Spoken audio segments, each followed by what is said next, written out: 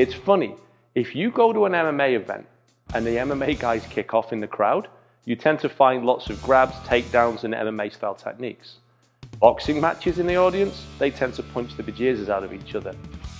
At this hockey match, what we actually have in the stands, in the seats, is a hockey fight.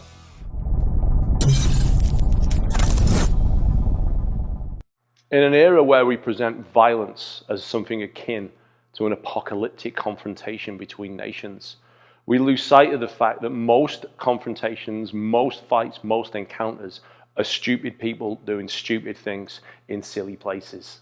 Can all these be avoided? Some can, some can't. But let's take a little bit of a look at one such example of people once again drinking on an empty head and getting into it in a situation that really they shouldn't have bothered with in this week's Reality Check.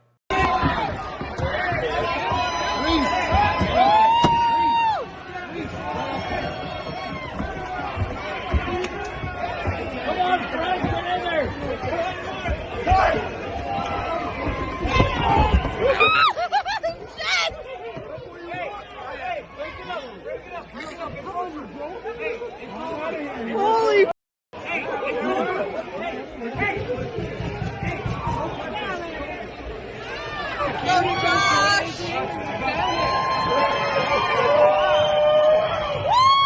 As you can see from the commencement of the video, we are at a hockey game. Canada is practically religion out here. Being an Englishman here, hey, I still don't get it. It's just the lay of the land. What often happens at hockey games, football games, soccer games, everything except tennis matches actually, you will get so much emotion involved in this. People are living out vicariously through what's going on the ice or on the pitch. When you add a little bit of alcohol and a little bit of stupidity to this mix, it's a potent cocktail. These chants go at it with what can be described as rudimentary technique if you're feeling generous. If you're not feeling generous, the punching technique can be best described as akin to an average overarm bowler from the West Indies. When they're wailing in on each other, there's no real consequence to the punches. They're not fighting for self-defense. This is a pissing contest. And what they're actually doing is just clubbing each other to try and back the other one down. It's like animals in the wild that don't really want to get involved in a proper fight. They just want to scare the opponent off. As the fight reaches its crescendo and there's a separation, you'll once again see the monkey dance. Both sides claiming victory. One, because he was able to get the shirt on the guy's head and give him a bit of a pasting, and the other celebrating because I'm still here, I'm still here. There are a couple of extractions from this. One is, if you're going to get involved in an argument with someone, make sure you place yourself in a position where you can either go forward or go backwards as required.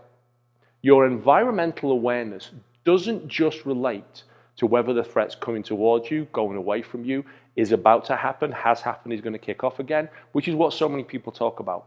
Your environmental awareness encapsulates everything from the people around you, from the climate around you, to literally the physical objects around you. And in many cases, that's as important as recognizing the social cues for an individual that may or may not be about to become violent with you. If you want to get involved in a fight, best not to do it in the hockey bleachers, because it's not going to be a good result for you even if you win or lose.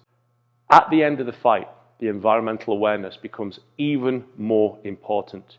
If there is one part of the video and one part alone that you take away, it's this bit coming up right now that demonstrates environmental awareness and how important it absolutely is.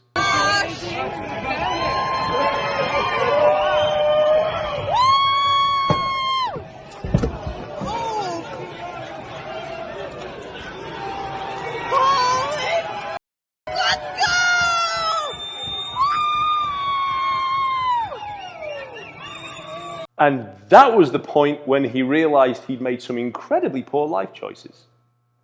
Joking aside, you imagine how much worse that would have been if he'd been like on a sea train platform or near moving vehicles and taken a step out or just not paid attention to what was going on around him.